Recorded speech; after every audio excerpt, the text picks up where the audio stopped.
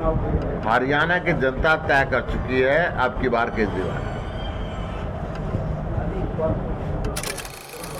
आम आदमी पार्टी का एक तरफा माहौल है, पूरे हरियाणा के अंदर घूम रहे हैं। लोग चाहते हैं कि अब बदले, ये भ्रष्टाचार की कहानी खत्म हो, यहाँ पे नागरिक सुविधाएं मिले, अच्छी सड़क हो। जींद में चारों तरफ जल भरा हुआ है, सारी सड़कें टूटी हुई हैं, पानी का निकास नहीं है, ना बिजली आती ना पानी है।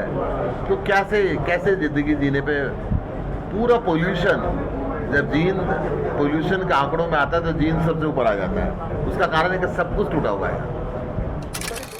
कैसे खत्म करेंगे आप, क्या रोड मैप? ईमानदार छवि के व्यक्ति जब आएंगे तो भ्रष्टाचार खुद ब खुद खत्म हो जाएगा। ये राजा के बेटे को राजा बनाते रहे, उनके पैसे की भूख मिटी नहीं है। पैसा एक एक ईंट उठाए तो करप्शन की एक लंबी कहानी निकलती रही। मैं जींद की बात करूं, मैं सफीदों की बात करूं, सफीदों में तो इनके आरएसएस वाले ही धरने पे बैठे थे भ्रष्टाचार के खिलाफ। जींद का विधायक कृष्ण मिड्डा खुद भ्रष्टाचार की बात कर रहा है। मैं इसके साथ लगता है रोहतक जिले की बात करूं, वहाँ का सांसद अरविंद शर्मा, हम नहीं, बीजेपी के लोग भी कह रहे हैं कि भ्रष्टाचार बहुत बढ़ गया है। फरीदाबाद में 200 करोड़ रुपए का टेंडर हुआ, पेमेंट कर दी, काम सिर्फ कागजों पे हुआ। आम आदमी पार्टी ने जब आवाज उठाई तो ठेकेदार को बंद किया। हमने कहा साहब जो मोटी मछली पकड़ो, जो राजनेता और अफसर मिलके खा रहे हैं, तो एक अफसर को पकड़ा, नेता नहीं पकड़ाएंगे। वन रैंक वन पेंशन में उलझा के रखा और आज कहते हैं नो रैंक नो पेंशन। पहले वन रैंक वन पेंशन की बेस पे चुनाव जीता और आज कहते हैं नो रैंक नो पेंशन। कोई रैंक भी नहीं देंगे, सिपाही का दर्जा भी नहीं देंगे और 4 साल बाद रिजेक्ट करके घर पे भेज देंगे। आप सबका बहुत बहुत आभार कि आप आए आज प्रेस कॉन्फ्रेंस में शामिल होने। एक बहुत ही महत्वपूर्ण मुद्दा है आज। नॉर्मल हमारा मुद्दा ये था कि हम अपना मैनिफेस्टो जारी करेंगे और वो मैनिफेस्टो सुशील जी ने अभी जारी भी किया, हमारा गारंटी पत्र जारी किया। लेकिन एक बहुत महत्वपूर्ण मुद्दा और है जिसको छुए बिना रहा नहीं जा सकता। हमारे तमाम युवा जो हैं वो सड़क पर संघर्ष कर रहे हैं, हमारे तमाम युवा जो हैं वो तड़प रहे हैं इस बात को लेकर के कि केंद्र सरकार ने सेना को लेकर के जो फैसला किया है उसको लेकर के ज़बरदस्त रोष युवाओं में है। और आज हम ये मुद्दा इसलिए उठा रहे हैं क्योंकि हमारे जींद का ही एक भाई है लिजवाना गाँव से सचिन, उन्होंने अपनी ज़िंदगी खो दी है उस सपने के टूटने पर जो उनके माँ बाप ने, उनके परिवार ने देखा था। सेना में भर्ती होना चाहते थे, लगातार इंतज़ार कर रहे थे।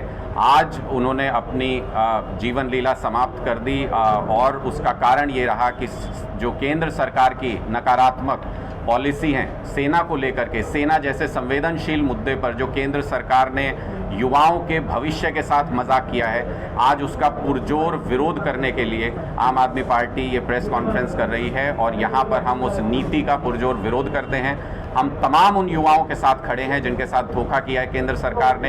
हम तमाम उन युवाओं के साथ खड़े हैं जो संघर्ष के लिए तैयार हैं, अपने हकों की लड़ाई के लिए तैयार हैं। हम किसी भी शांतिपूर्ण प्रदर्शन जो भी युवा इस मुद्दे को लेकर के करना चाहते हैं, ज़बरदस्त रोष है मेरे पास।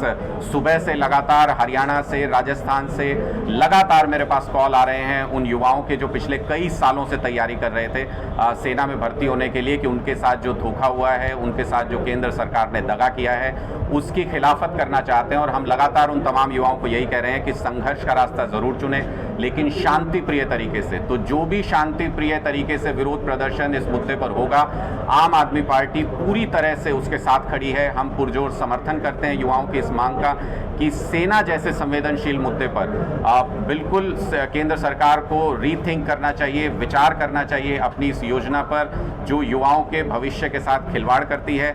दो महत्वपूर्ण बातें जिनको इसमें बताना बहुत ज़रूरी है।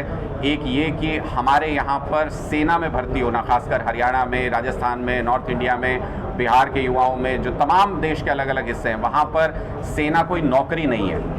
सेना को प्राइड माना जाता है, सेना को परिवार का गौरव माना जाता है। और ऐसे बहुत सारे परिवार हैं जो पीढ़ी दर पीढ़ी सेना में शामिल होते आए हैं। हमारा सवाल उनसे सिर्फ इतना है, केंद्र सरकार से, कि ऐसे लोग जो सेना में भर्ती होने के लिए ही बचपन से तैयारी करते हैं, ऐसे परिवार जो पीढ़ी दर पीढ़ी सेना के लिए अपना जज्बा दिखाते आए हैं, अपना खून देते आए हैं, क्या ऐसे परिवारों में अगर किसी को 4 साल तक सेना में नौकरी करने के बाद 75% लोगों को रिजेक्ट किया जाएगा वहाँ से। अगर किसी को ऐसे रिजेक्ट किया जाता है तो उसके मान सम्मान की क्षति के साथ क्या वो व्यक्ति वापस अपने गांव, अपने घर लौट पाएगा?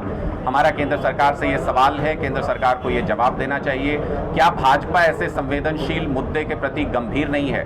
दूसरा सवाल में भाग लेके फिजिकल क्लियर किया, मेडिकल क्लियर किया, वो अपने रिटन एग्जाम का इंतजार कर रहे थे और इस उम्मीद में बैठे थे कि उम्र निकलने से पहले उनका लिखित एग्जाम हो जाएगा और वो सेना में भर्ती हो जाएंगे।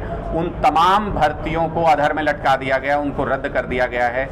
क्या ऐसे युवाओं का क्या कसूर था जिन्होंने अपने सारे फिजिकल पैरामीटर कंप्लीट किए, जिन्होंने मेडिकल पैरामीटर कंप्लीट किए? ऐसे युवाओं का क्या कसूर था? तीसरा बड़ा सवाल कि 4 साल तक सेना में काम करने के बाद भी सिपाही, फौजी, जो हमारे यहाँ पूछा जाता है कि बड़े होके क्या बनोगे, तो हरियाणा के युवा जवाब देते हैं कि बड़े होके फौजी बनूंगा।